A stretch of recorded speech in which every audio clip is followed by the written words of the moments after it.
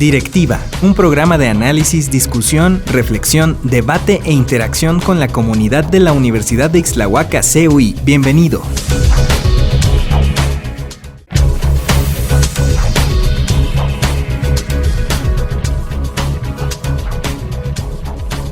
Hola, soy Ismael Colinmar y nos encontramos en Directiva Proyecto Jaguar. Hoy nos acompaña en la cabina el doctor Felipe González Ortiz. Él es antropólogo, además de ser profesor investigador de la Facultad de Ciencias Políticas y Sociales de la Universidad Autónoma del Estado de México. Es también autor de varios libros, producto de sus investigaciones y artículos científicos en torno a la parte antropológica, cultural de la sociedad. Bienvenido, doctor Felipe, es un gusto tenerlo acá. Muchas gracias. Y bueno, sobre todo porque la temática que nos convoca tiene que ver con el mismo ejercicio que usted desarrolla, y nos gustaría evidentemente que nos compartiera sus experiencias. Me gustaría antes de eso comentarles un poco el contexto de esta entrevista. Como producto de esta preocupación por generar y estimular a los muchachos a que formulen trabajos de investigación vía tesis o vía trabajos escolares, se intenta abonar a esta idea con la participación de personas como en el caso del doctor Felipe, pero también la intención es que nos hable acerca de su experiencia y de manera quizá puntual abrevar acerca de los aspectos técnicos de realizar investigación, así como las experiencias que ha tenido en todo el transcurso de su carrera en investigación. Por supuesto, para que nos deje un legado en esta institución que evidentemente tiene comprometida la formación de los muchachos, básicamente para la licenciatura de comunicación. En ese sentido, doctor Felipe, ¿nos podría decir o qué nos podría decir con respecto al acto de investigar? ¿Qué es investigar? Sí, primero agradecerte, Ismael, por esta invitación a esta plática tan importante, tan central en la formación de los nuevos investigadores, de la juventud que se va a formar como investigador. Me parece a mí que es fundamental porque un investigador siempre es un generador de conocimiento. Y al ser un generador de conocimiento es alguien que sabe preguntarle a la realidad social. Cualquier tipo de realidad, la realidad física, la realidad biológica, etc. Y en ese sentido, la realidad no existe como tal, sino solo en la medida que le hacemos preguntas. Es decir, lo real es una construcción siempre de un sujeto de investigación. Cualquiera construye una realidad, pero el sujeto de la investigación la construye en función de las categorías y los conceptos rigurosos de su disciplina o de varias disciplinas. Por eso me parece a mí que es fundamental transmitir a los jóvenes que la realidad no se recolecta, sino se construye. El dato se construye como tal. ¿Y cómo lo construyes? Haciéndole la pregunta pertinente, la pregunta adecuada, que es la que te orienta y te guía en tu proyecto de investigación. Y en ese sentido me parece que cada disciplina privilegia algunos tipos de preguntas que también resaltan algún tipo de metodología. Por ejemplo, la sociología, cuando es trabajo cualitativo, privilegia en buena medida la entrevista en profundidad. La economía privilegia las estadísticas y la encuesta. Y la antropología privilegia la observación en campo, ¿no? Entonces, son, digamos, distintas técnicas que van orientando el trabajo de investigación, la metodología, y que están en función también de las tradiciones de logos de cada una de las disciplinas. No significa que estemos cerrados exclusivamente en la metodología de tal logos, de tal ciencia, ¿no? Menos en estos tiempos donde la realidad nos exige lecturas más complejas que implican la interdisciplinariedad, ¿no? Más bien lo que significa es que cada disciplina contribuyó en algo con un método particular, singular, que la identifica como ese logos, ¿no? Y esa posibilidad de hacer preguntas. Bien, en ese sentido, doctor Felipe, ¿cómo acercarse a esta realidad que, como bien apunta, se construye a partir del dato? ¿Cómo acercarse desde las diferentes miradas o niveles de experiencia de un estudiante? Cuando, fíjate, ya podemos hablar ahora, yo ya puedo hablar de mi experiencia como investigador, pero recuerdo que en algunos años fui joven investigador.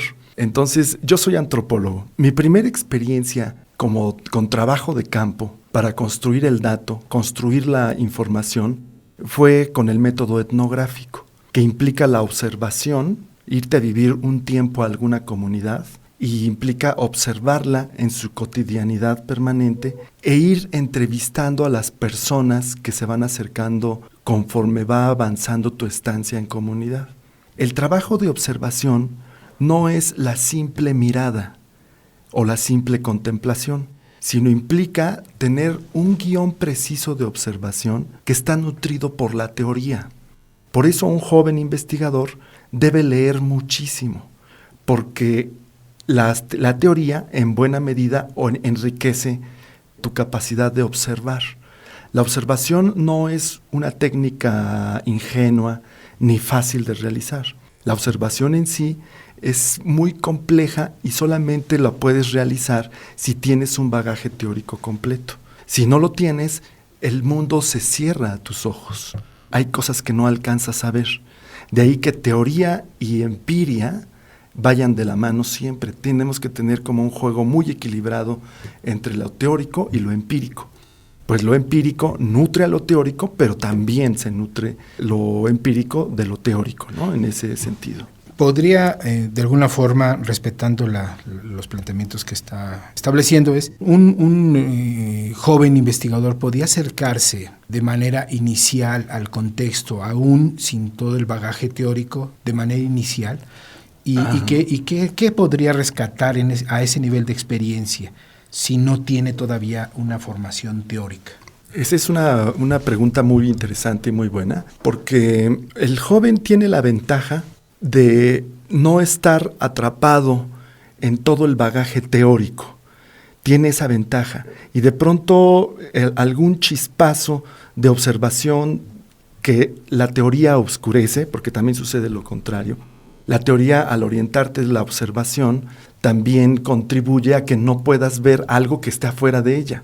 Y el joven tiene eso. Si no tiene completamente el bagaje teórico que se espera que tenga cuando sea un investigador consolidado, él puede de pronto observar cosas que no se observan de otra manera. Y además, yo creo que un factor clave en la juventud es la capacidad de creatividad que tienen ellos a la hora de hacer el trabajo de campo. Esa fortaleza que se representa en el atrevimiento de llegar a entrevistar a actores que de pronto son difíciles de entrevistar, pero que el joven encuentra unos mecanismos joviales para llegar a él. Creo que esa es una ventaja y es algo que de pronto los investigadores deberíamos tener presente todo el tiempo y aprovechar y recordar que en alguna época también fuimos así de audaces, ¿no? Para tratar con nuestro objeto de estudio. Ciertamente. En algún momento, en un programa de notas y datos para la investigación, les hacía saber a los muchachos, y lo planteo también en esta mesa porque me parece importante dado lo que se está comentando. Estar avispado al trabajo de campo no implica necesariamente un trabajo necesariamente riguroso de primer momento. Por supuesto, después tendrá que acercarse a las herramientas. Yo sugería, en radio decía, que escuchar, asistir al cine, asistir a obras de teatro, a conciertos musicales, a mercados, a asistir a lugares donde hay una concurrencia para tratar de encontrar cuestiones que pudieran llamar la atención, es un buen alimento y es un buen acicate para iniciarse en este asunto de la investigación. ¿Qué tan relevante es este nivel de experiencia primigenio? Pues yo creo que es muy relevante. La investigación de entrada es una experiencia del sujeto o del joven que investiga. Nutrirse, como tú mencionas, de elementos culturales como el teatro, la música, el cine, la ópera, la lectura, la literatura, la poesía, etcétera. Esas son otras experiencias que también contribuyen en la formación de los estudiantes y en la formación de los investigadores que queremos. Porque un investigador fundamentalmente es una persona que sabe preguntarle a la realidad. Y mientras más leído esté, mientras más informado esté, mientras sepa más de música, de teatro, de cine, etcétera, las preguntas serán más finas. Las formas de construir la realidad serán más acabadas, serán, no quiero utilizar la palabra cultas, ¿no? Pero serán más acabadas, más redondas, más precisas, ¿no? Y la investigación requiere fundamentalmente de precisión, fundamentalmente de no estar saliéndote del guión de tu propia pregunta de investigación. Sí, y resulta interesante cómo esta parte que muchos de los iniciados en la investigación olvidan. Entonces, recuperando esta idea, las experiencias que acompañan básicamente a la vida cotidiana pueden ser un alimento importante para formularle preguntas a la realidad. Completamente de acuerdo. Y me parece pues muy importante que lo estemos comentando. Justamente ahorita que lo escucho, me doy cuenta que en el fondo teníamos un diálogo, aunque cada quien en su espacio. Yo lo estaba haciendo en la cabina desde hace algunos meses y seguramente usted lo estaba haciendo en los trabajos de investigación. Entonces, estábamos de alguna forma evidenciando la dinámica que se desarrolla a partir del trabajo de investigación. Pues bueno, vamos a un corte. Estamos en Directiva, Proyecto Jaguar Radio, y continuamos después del corte. Nos gustaría saber qué opinas. Búscanos en la página uicui.edu.mx y haz clic en contacto. Regresamos.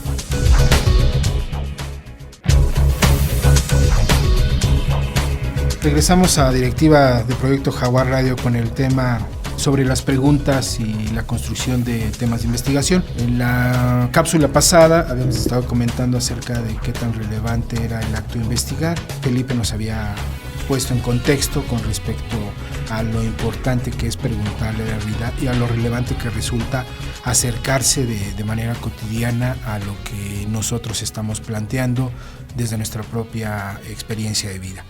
En ese mismo sentido, Felipe, me gustaría saber qué podemos entender por una pregunta. ¿Qué es una pregunta en el argot de la investigación? Una pregunta de investigación es muy importante porque es precisamente lo que orienta toda la investigación.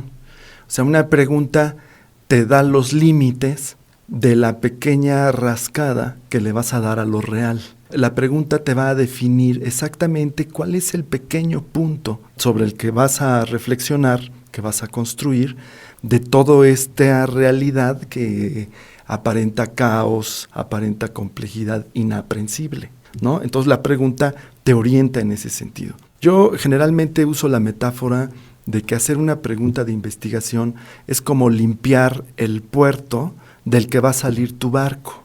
Si tú no limpias bien ese puerto, es decir, si no haces bien la pregunta, va a haber de pronto una tachuela, un clavo, una tabla que se te atraviese y no te va a permitir salir bien de ese puerto. En cambio, si tienes una pregunta bien definida, bien delineada, el puerto va a estar limpio. Y entonces el horizonte del mar que tu barco va a tomar va a ser mucho más claro y más preciso. No va a haber lecturas que de pronto te confundan. O lecturas que de pronto, eso sucede mucho en la juventud, lecturas que de pronto te seducen porque es un tema interesante, pero que está fuera de tu pregunta de investigación, ¿no? Y entonces el estudiante es muy común que de pronto cambie de tema porque leyó a un autor que tiene ahí un tema interesante, pero además lo escribe muy bien, y entonces se deja seducir por aquellas ideas, por aquel estilo de ese autor, y te cambia el tema que traía, ¿no? Es muy común esa situación. Por eso yo pienso que una buena pregunta de investigación te define el horizonte de tu problemática, de tu investigación,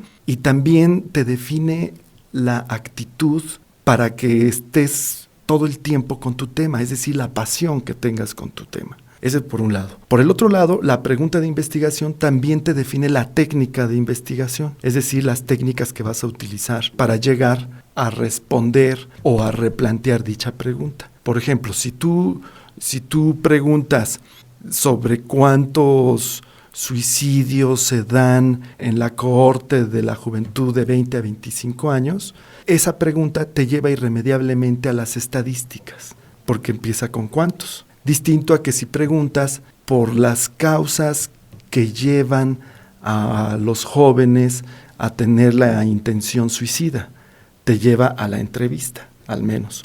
También te puede llevar al relato autobiográfico o a la historia de vida, ¿no? Entonces, las preguntas de investigación son importantes en esos dos sentidos. Primero, porque te definen el horizonte de tu inserción en el universo de dicha pregunta.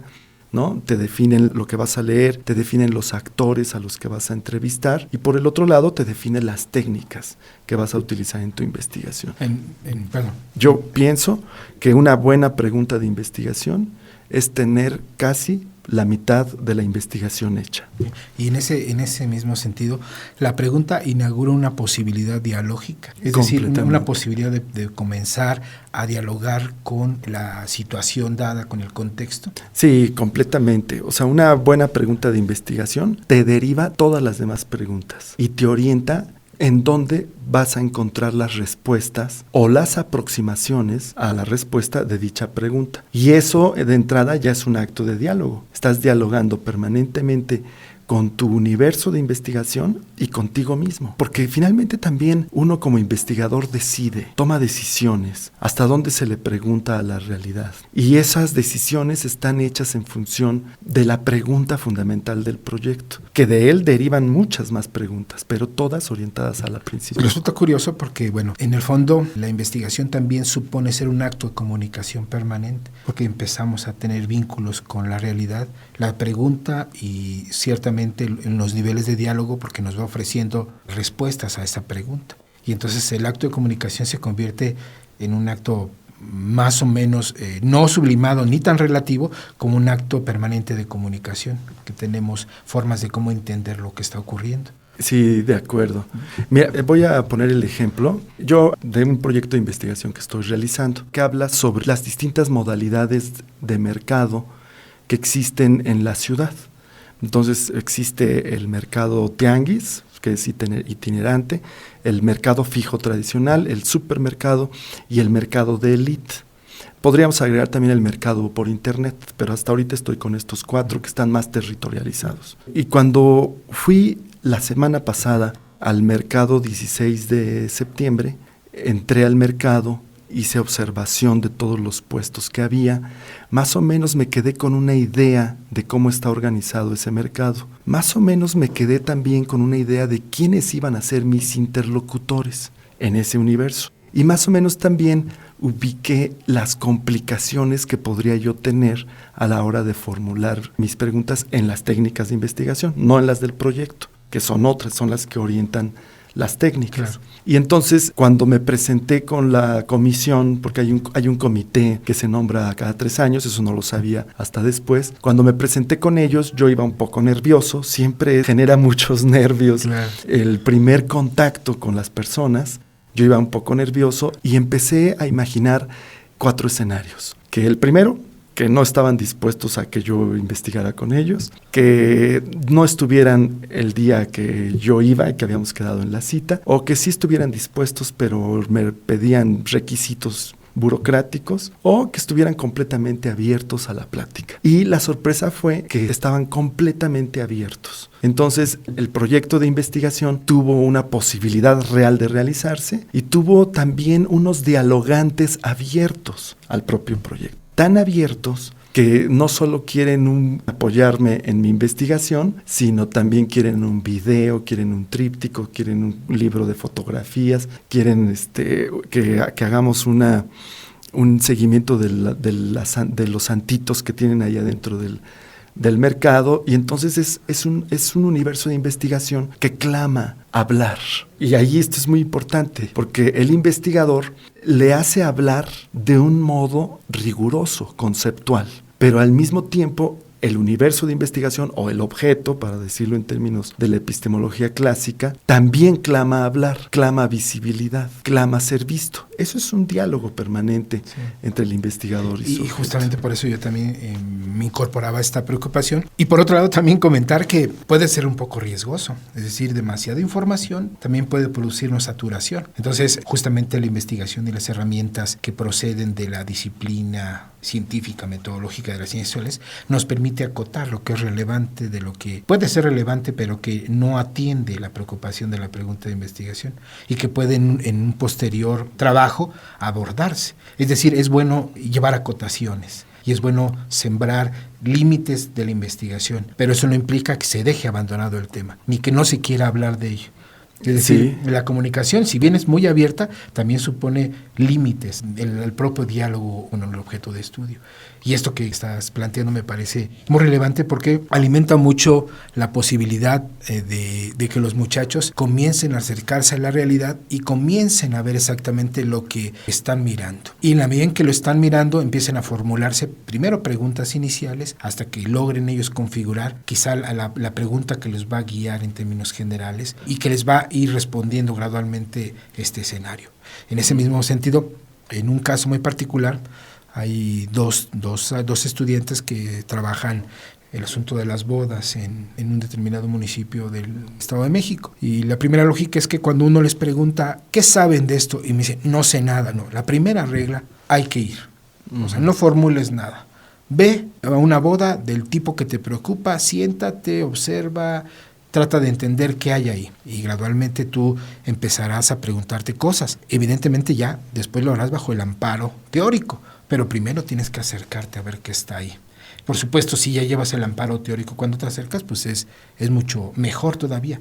Pero muchos estudiantes, dadas las circunstancias de formación académica, no tienen tampoco muy clara la construcción o el armazón teórico o el andamiaje teórico. Entonces, siempre mi sugerencia, y te la comparto también, es acérquense a lo que quieren estudiar, al fenómeno acérquense. Véanlo primero y a partir de cómo lo ven, empiecen a formular. Es una versión ciertamente antropológica, acercarse al objeto, mirarlo, regresar y después ya y empezar a construir en estas cuestiones para comenzar el diálogo permanente de esto que estamos comentando. Muy bien, pues llegamos a nuestro cierre del segundo bloque y estamos en Directiva Proyecto Jaguar. Continuamos después del corte. Nos gustaría saber qué opinas. Marca al 01712-283-1012 a las extensiones 1094, 1095 o 1096 y participa en Directiva. Regresamos.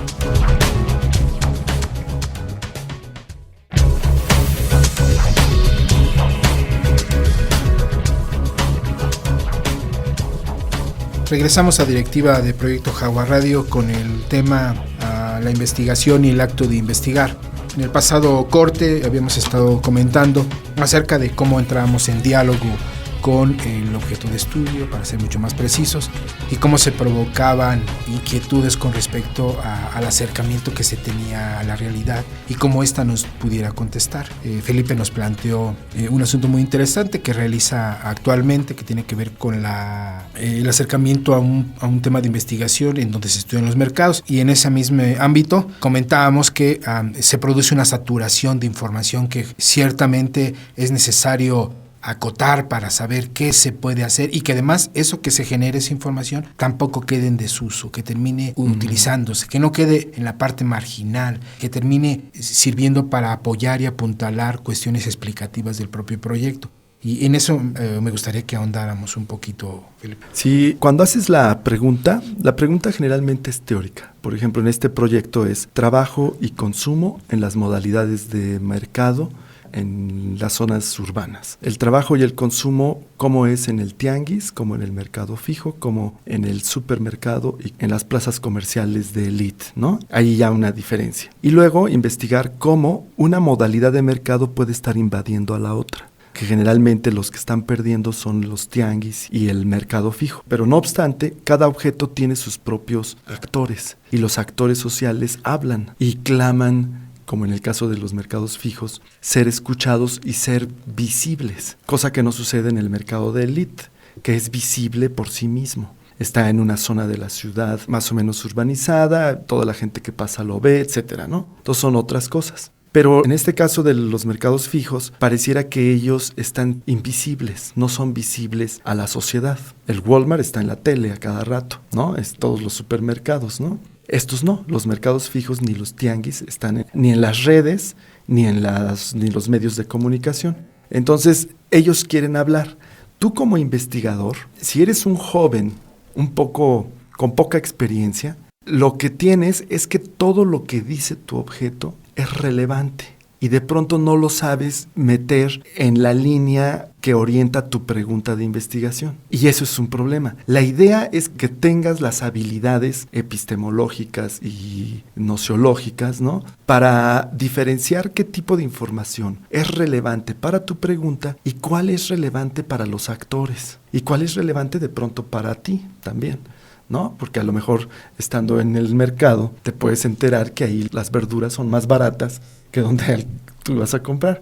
Entonces, ¿no?, hay que diferenciar esas cosas. Toda la realidad está llena de información, pero hay una información relevante en el contexto de una investigación, que es tu pregunta como tal, ¿no? Y fíjate que ahí quisiera, si me permites, Ismael, claro, abundar sobre un aspecto que también me parece muy relevante. Un joven que se va a dedicar a la investigación debe saber que su personalidad será la de un investigador. Y entonces cualquier experiencia que él tenga en su vida cotidiana no podrá estar separada de su persona, que es ser un investigador. Esto es muy importante porque luego hay jóvenes que sienten que el estudio de una licenciatura, comunicación, la que sea, cualquier licenciatura, está transformando sus personalidades. Y yo creo que si una licenciatura logra transformar esas personalidades juveniles, la licenciatura está cumpliendo y el joven debe darse por satisfecho. La actitud de el que carga un logos, porque lo estudió en la universidad, y la actitud de quien lo carga es la actitud del investigador. Cualquier experiencia de su vida estará siempre ya, desde ahora, sometida a los criterios propios de la investigación. Cierto, y eso curiosamente tiene que ver con otra de las preguntas que traemos a colación. ¿Cómo formular una pregunta de investigación? Pues bueno, ¿cómo formularla? Considerando que hay un bagaje contextual del sujeto que tiene implicaciones importantes a la hora de formular una pregunta de investigación, pero que no olvida el punto de partida, que es su origen social, su condición política, su condición sexual. Todas estas partes abonan a formular un tema de investigación. Es decir, eso no está alejado de cuando alguien pregunta. Y por eso este planteamiento que tú nos haces de manera generosa me parece muy importante, porque no se puede pensar en investigación en tintes medios, pues. Es decir, se es investigador en la medida en que se investiga cotidianamente. Inclusive este es un comentario que puede ser muy trivial y que regularmente se menciona en los pasillos de múltiples universidades del país y quizá del mundo. Para ser investigador o para aprender a investigar se aprende investigando. Pareciera ser una apotegma, ¿no? Pero en el fondo dice mucho. Es decir, para ser investigador es aprender a investigar, es que tienes constantemente que estarte preguntando qué es lo que está detrás de las cosas, qué hay, cuáles son las relaciones que se tejen, y esa misma habilidad de preguntarse todo el tiempo sobre las cosas es la misma que abona a la formación de los investigadores. Dudo mucho que investigadores consumados, no sé, como Jaime Labastida, como Pablo González Casanova, personajes como Pierre Bourdieu, no se hayan hecho preguntas de este tipo de manera constante. Es decir, podría traducirse en una especie de pregunta incesante, la curiosidad incesante de estarse preguntando todo el tiempo qué pasa ahí.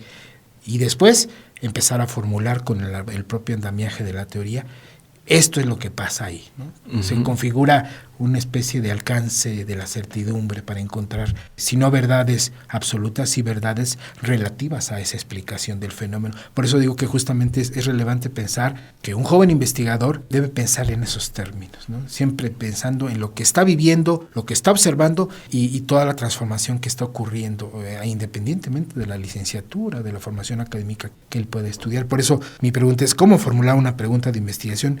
¿Nos podrías abrevar algunas otras ideas a este respecto, Felipe? Sí, claro. Como te decía, la pregunta de investigación es la clave del proyecto y la actitud del joven investigador siempre orientada a la realización de una vida reflexiva, ¿no? Que ese es un punto nodal y clave en cualquier joven, ¿no? Ser investigador te genera dos tipos de sensaciones a largo plazo. Primero, una gran satisfacción porque eres capaz de dar cuenta de una parte de esa realidad compleja, y la otra, una sensación también un poco de desencanto cuando te das cuenta que la sociedad no es como tú la esperabas, ¿no? Esto sucede y es muy común en los grandes investigadores de la ciencia social. Yo ubico perfectamente que Durkheim, Weber, Marx, Nietzsche, todos ellos son los grandes pensadores de la ciencia social y están desencantados, ¿no? La sociedad no es como ellos teóricamente la construyen. Ellos quisieran una sociedad distinta, pero se topan con que la realidad es esta, ¿no? Y esas son las actitudes del investigador. El ser investigador es una cuestión de existencialismo puro. Y quizás por eso el joven tiene esta crisis cuando se da cuenta que su personalidad está transitando hacia allá. Cuando de pronto ya no puede dejar de preguntarle, ni de preguntarse teóricamente, ni en el momento en que está festejando una fiesta en la compañía de sus papás, ¿no? Siempre se está preguntando. Esa es una crisis existencial fuerte para cualquier joven que quiera ser investigador, pero yo pienso que en el largo plazo el sacrificio y esta crisis existencial vale la pena. Creo que ser investigador es mejor porque de esa manera reflexionas tu realidad social. No eres un producto más de la realidad, sino eres más bien un producto reflexivo de la realidad en la que estás inmerso, ¿no? Sí, me llama mucho la atención el planteamiento, con respecto a que las crisis terminan siendo un acicate permanente, es decir, porque no nos podemos olvidar. Desde una versión kantiana nos podría ayudar mucho a mirar la parte de la trascendencia del ser humano, ¿no? Y creo que eso abona mucho porque los objetos de estudio vistos así de manera técnica no pueden ser ajenos a la propia realidad que le circunda al estudiante o al investigador. O sea, tiene que ser parte. Formular un tema de investigación, de acuerdo con lo que tú nos estás comentando, Felipe, es también estarse preguntando constantemente, ¿yo qué tengo que ver con eso que está ahí presente? Y entonces no soy ajeno a esa realidad, porque yo también me incorporo o me alejo, ¿no? Y entonces empieza una dinámica de acercamiento y de alejamiento constante con la realidad o lo que podría llamarse mi contexto. Determinante, por supuesto, porque eso me permite a mí decirme, bueno, me siento como sociólogo, me siento como antropólogo, me siento como comunicólogo. Y estos mecanismos que me acompañan mi noceología me ayudan entonces a interpretar y a generar procesos. Y por supuesto, como bien lo decías hace un momento, cuando uno está en una fiesta, o sea, difícilmente uno puede alejarse de esta necesidad que se vuelve preguntarse todo el tiempo de manera incesante, ¿por qué pasa esto, no? Y quizá no lo externamos, sí, pero sí lo pensamos. Mira, ese tema que dices es fundamental. Uno se pregunta, yo sé que tú investigas fiestas, y me pregunto, ¿por qué Ismael investiga fiestas? Y otros colegas investigan niños de la calle. ¿Por qué escogió ese tema? O las mujeres que investigan prostitución. Uno se pregunta, ¿será que el objeto en algo tiene que ver con la vida propia para que uno elija esos temas? Esa es una súper pregunta. Creo que hay cosas epistemológicas ahí que son muy importantes reflexionar, ¿no? Sí. Y con esto iniciaremos el siguiente bloque. Estamos en Directiva Proyecto Jaguar y después del corte regresamos. Nos gustaría saber qué opinas. Búscanos en redes sociales como Universidad de Ixtlahuaca CUI y participa en Directiva. Regresamos.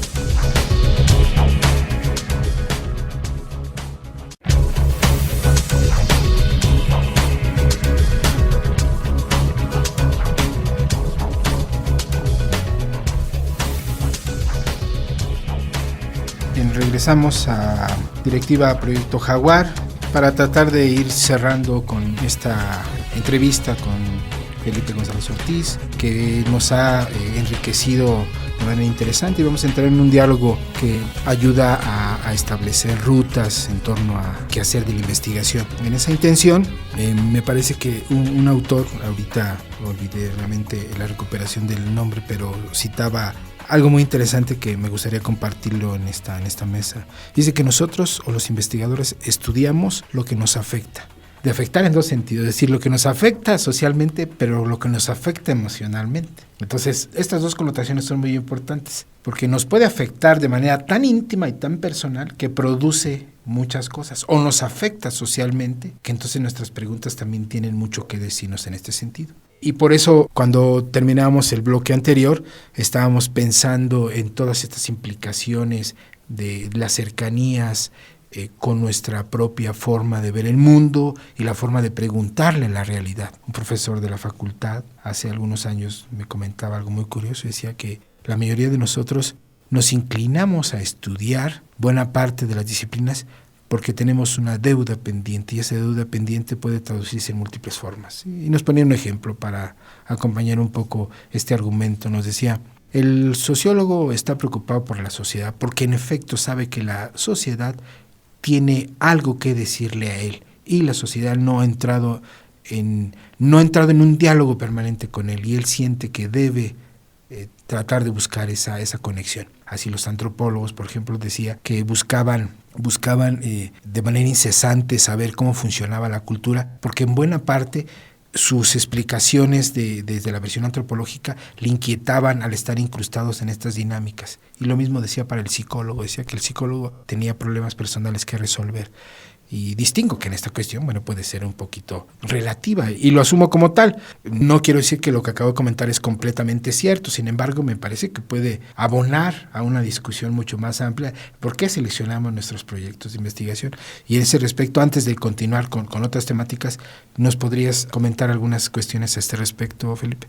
Sí, ese planteamiento es muy interesante porque, en efecto, en ciencias sociales, de pronto elegir la carrera puede tener algunas implicaciones que se relacionan con la trayectoria del joven. Sería interesante preguntar por qué un joven decide estudiar física. Quizás un movimiento astral determinó que él iba a preguntar con la física, o con la biología, o con las artes, no sé. Creo que generalizar también es un poco complicado, pero tiene algo también de cierto. En el tema de investigación, con el cual el joven quiere ser identificado a la larga, es fundamental y es clave.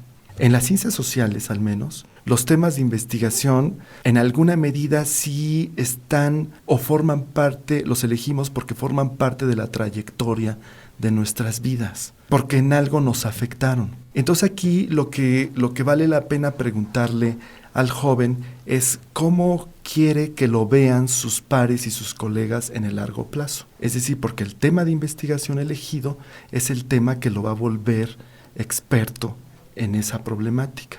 Y entonces a la larga el experto en género, el experto en locura, etcétera, será una estampa que tenga él en su persona, ¿no? Como investigador. Y eso me parece que es clave, que sí tiene que estar bien reflexionado y que sí tiene que ser como una parte fundamental en los criterios de decisión para elegir dicho tema de investigación. Y por otro lado, también la elección de dicho tema, y si es que este forma parte de tu trayectoria, sin duda se vuelve una fuente de pasión al tema. Eso es muy importante, porque si forma parte de esa trayectoria del joven, se va a apasionar por responder, porque forma parte de él, ¿no? En ese sentido. Entonces yo creo que, si bien no podríamos generalizar esa cuestión, creo que en las ciencias sociales es más factible, no solo en la elección de la carrera o del logos, sino en la elección del tema de investigación. Sí, y en esta intención que estamos planteando, tanto la vida cotidiana del alumno como el objeto de estudio se convierte en un ejercicio pendular de ida y vuelta que alimenta constantemente. Y ciertamente no podríamos generalizar. Pues bueno, estas son básicamente comentarios hechos en el contexto de las reflexiones en torno a la investigación. Pueden incidir por lo menos como una ruta de investigación, pero nada mejor que preguntarle, como lo estamos haciendo ahora, preguntarle la realidad y hacer el ejercicio reflexivo. Ahora bien, Felipe, pues para ir tratando de cerrar esta charla, que me parece muy productiva, podríamos entonces ubicar disciplinariamente los objetos de estudio, es decir, qué disciplinas y desde qué perspectivas de su logos pueden abordar determinados estudios. Creo que esta relativa, o más bien si esta importancia de logos de cada disciplina ayuda también a fundamentar, y en el caso, por supuesto, de la comunicación, que es la que nosotros trabajamos. Sí, cada disciplina tiene una historia de cómo ha construido su objeto de estudio, ¿no? Teóricamente. cómo lo han construido. El objeto de la antropología es la cultura, de la sociología son las estructuras sociales, de la economía son los movimientos del capital y de los distintos mercados, de la física son los movimientos de los astros, la luz, los sonidos, etcétera, de la biología, todo el mundo, todos los otros reinos de vida que existen en la Tierra, etcétera. Cada disciplina ha construido su propio logos, ¿no? Su propio objeto. Y todo a partir de la separación entre el ser pensante y la realidad como objeto, como res extensa, decía Descartes, ¿no? O el propio Durkheim decía como objeto, ¿no? El objeto, el hecho social visto como cosa, ¿no? Afuera del sujeto que lo reflexiona. Esa epistemología nos ha costado cara, me parece a mí. Porque en la actualidad pareciera que nuestro pensamiento no está afuera de la realidad que concibimos como objeto, sino que ese objeto y nuestro pensamiento forman parte de lo mismo, están intrínsecamente articulados, ¿no? O sea, por ejemplo, en las ciencias neurológicas, normalmente los neurólogos dicen que nuestro cerebro determina la percepción de todo, pero en las ciencias culturales dicen que no, que la cultura es lo que modula el cerebro. ¿Por qué no podemos generar un diálogo entre estas dos disciplinas, en este caso neurobiología y antropología cultural? ¿Por qué no podemos generar un diálogo que nos lleve, pues no sé, como dice Roger Bartra, a pensar que la cultura es un exocerebro, así como las tortugas tienen exoesqueleto, pues los humanos tenemos un exocerebro que está en relación estrecha con el aparato neuronal, ¿no? ¿Por qué no podemos pensar eso? Porque la epistemología, la filosofía de la ciencia que tenemos, separa al sujeto del objeto. Y creo que en la actualidad el mundo ya no está para ser separado. Creo que esta separación, como te decía, nos ha costado cara porque entramos a un punto donde vemos a la naturaleza como objeto y por lo tanto como susceptible legítimamente de nuestra apropiación. Y ese componente nos ha llevado a esta situación de riesgo global, ¿no? Y de violencias en las que estamos viviendo, ¿no? Separamos completamente al hombre de la mujer, cuando en realidad somos lo mismo. Somos seres humanos los dos, con componentes fisiológicos idénticos, ¿no? En ese sentido, ¿no? Idénticos, así, ¿no? No diferentes, ¿no? Entonces, creo que esa epistemología nos lleva a eso. Y yo creo que la juventud debería de empezar a tener una nueva epistemología, a ya no ver a la realidad como objeto fuera de él, sino que él forma parte del mismo objeto que reflexiona, ¿no? Es más, el objeto solo le da la posibilidad de reflexión en la medida que él lo piensa, pero además también en la medida que el sujeto forma parte del objeto. Bien. Hay dos elementos que ahorita que te escucho me parece podrían ayudar a esta idea y creo que el pensamiento de Morán viene muy ad hoc con esta idea en el asunto del pensamiento complejo, es decir, tener una mirada completamente abierta. Y la otra sería la versión gadameriana de la realidad. Es decir, dice Gadamer que el sujeto se coloca en una posición de círculo hermenéutico, pero dice que hay un doble círculo, una duplicidad del círculo hermenéutico que implica y la interpretación de la interpretación del mundo. Justamente lo que tú comentas es un esfuerzo que proviene básicamente de la filosofía. En las ciencias sociales lo hemos adaptado y lo hemos llamado fenomenología, pero en el fondo es un esfuerzo de interpretación de lo que interpretamos. Es decir, el sujeto tiene que interpretarse dentro de lo mismo que interpreta, porque de otra forma el sujeto se encuentra impelido y alejado de lo que ocurre. Esta posibilidad es, diría Gadamer y diría Kant, es lo único que le produce trascendencia al ser humano. Y en ese sentido, la trascendencia del ser humano lo vincula con el ejercicio de saber que no estamos fuera de nuestro objeto de estudio, estamos acompañados en esta versión. Por eso el aspecto de Kant de la trascendencia me resulta fundamental. Y el otro que me parece importante es el círculo hermenéutico que plantea Gadamer y que por supuesto también recupera los antropólogos estructurales, que también ubican cómo la cultura puede decirnos. Algunos lo dejan de lado y dicen, no, es que está determinando al sujeto. Tú nos comentas que también valdría la pena preguntarse cómo hay algo que está fuera en esta versión de de que hay algo pensante fuera que alimenta también al ser humano. Tú le llamabas el exocerebro, ¿no? Roger Bartra. Roger Bartra, cierto, y que tú acotaste en esta relación.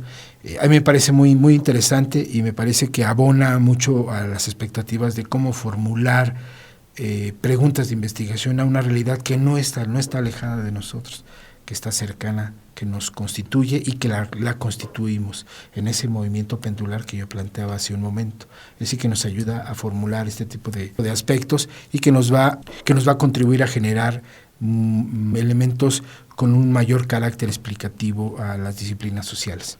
Mira, permíteme disentir de la metáfora pendular que dices, porque la metáfora pendular te lleva de sujeto a objeto y de objeto a sujeto. Y no es así como pienso debemos preguntarle a la realidad, sino más bien el sujeto y el objeto son uno y la misma cosa. Pertenecen al mismo objeto de reflexión, reflexionado por el mismo sujeto que forma parte del objeto, ¿no? Este juego de palabras, pero me parece que la metáfora del péndulo nos mantiene en la epistemología de Descartes, ¿no?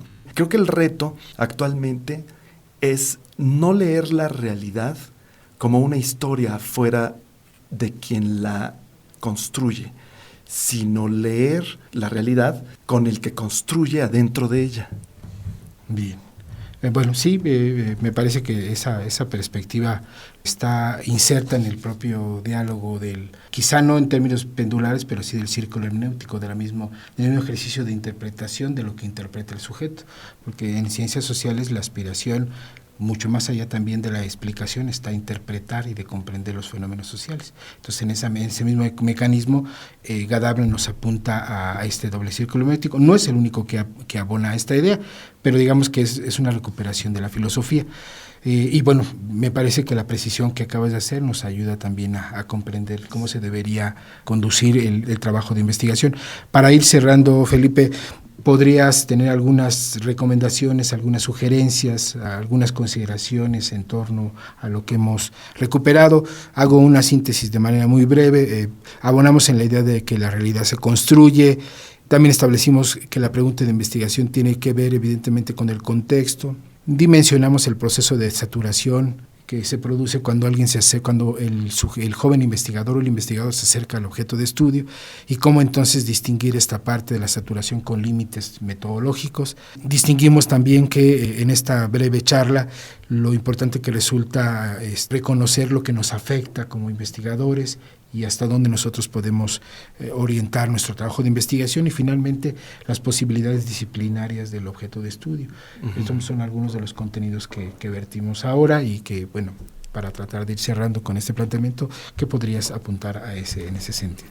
Pues hablamos de muchas cosas, ¿no? Sí, es correcto. Es muy interesante y se hizo corto el tiempo. Estamos en los tiempos de la interdisciplinariedad. Creo que si cambiamos la epistemología de objeto y sujeto como parte del objeto y como parte del sujeto, nos lleva inevitablemente a la interdisciplina. Y ahí cada uno de los investigadores que tiene más elementos de una disciplina que de otra, debe tener la humildad para discutir con otros colegas de otras disciplinas. Y de pronto ubicar que la propia disciplina puede no ser la líder de dicho proyecto, y entonces asumir esa posición. Creo que los tiempos actuales nos obligan a ello. Y creo que estamos en una coyuntura muy importante porque debemos formar investigadores nuevos, que son los jóvenes actuales, que contribuyan poderosamente a transformar el mundo. Creo que la investigación nos obliga ahora más que nunca no solo a contemplarlo, a dar cuenta de él, sino a dar propuestas de hacia dónde podríamos cambiar el devenir de este mundo, ¿no? Porque creo que si seguimos como vamos, como dice Hobsbawm, no habrá siglo XXII. Muy bien, Felipe. Es un poco apocalíptica el cierre, pero bueno, queremos agradecer al doctor Felipe González Ortiz su generosa contribución a esta entrevista, Y mencionarles que, bueno, el doctor Felipe González Ortiz es, además de ser profesor de la Facultad de Ciencias Políticas, está dentro del Sistema Nacional de Investigadores y nivel 2, y vale la pena mencionarlo porque es un esfuerzo que nos distingue y que, bueno, quien nos ofrece una perspectiva de su experiencia en investigación. Y bueno, muchas gracias por haber estado en directiva Proyecto Jaguar. No, gracias a ustedes. Le informamos al auditorio que nos pueden escuchar todos los martes a las 8:40 por Proyecto Jaguar, uici.edu.mx, y buscarnos en YouTube como Proyecto Jaguar Radio. Hasta la próxima. Gracias por acompañarnos en Directiva. La Universidad de Ixtlahuaca CUI te invita a seguir el debate y el análisis.